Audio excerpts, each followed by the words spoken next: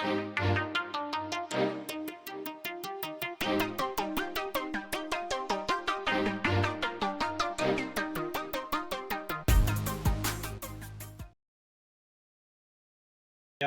connector, but really, as long as you match these, you're good.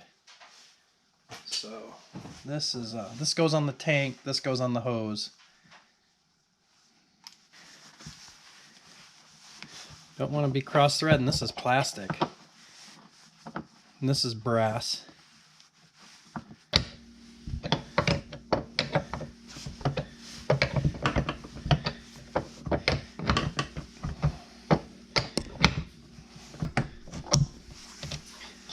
.5/16. This is a quarter, and they didn't have any of the right size hose, so we're going to go ahead and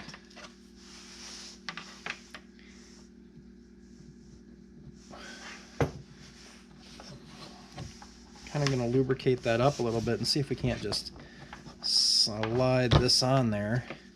I'm going to pop this off of here so I'm not putting pressure on the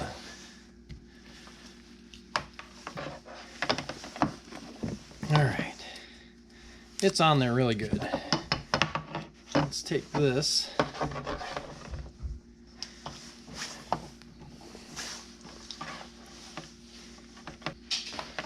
Alright, there's that.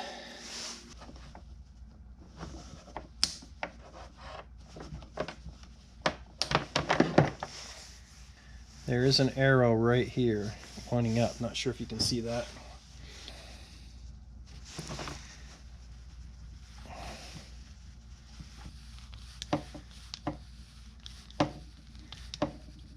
Alright.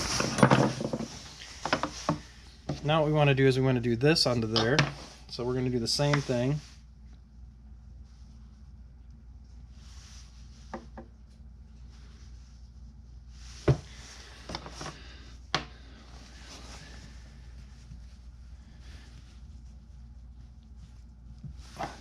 That 3-in-1 oil sure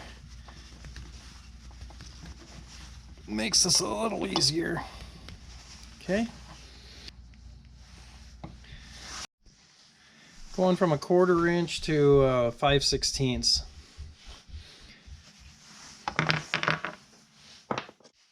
Use Teflon, maybe you don't. I don't know.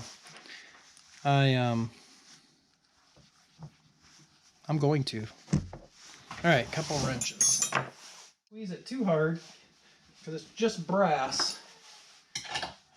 And I don't want to squeeze the fitting. Squish the fitting or drop on a clamp. 1/4, 5/16.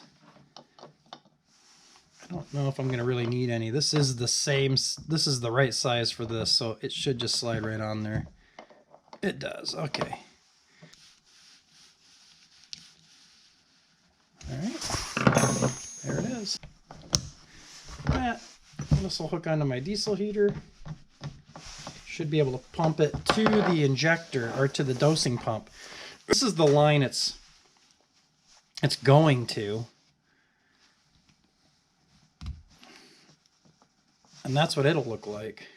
You know, then when I need to refill, I just unplug this, pop the tank out, fill the tank. This stays in the camper.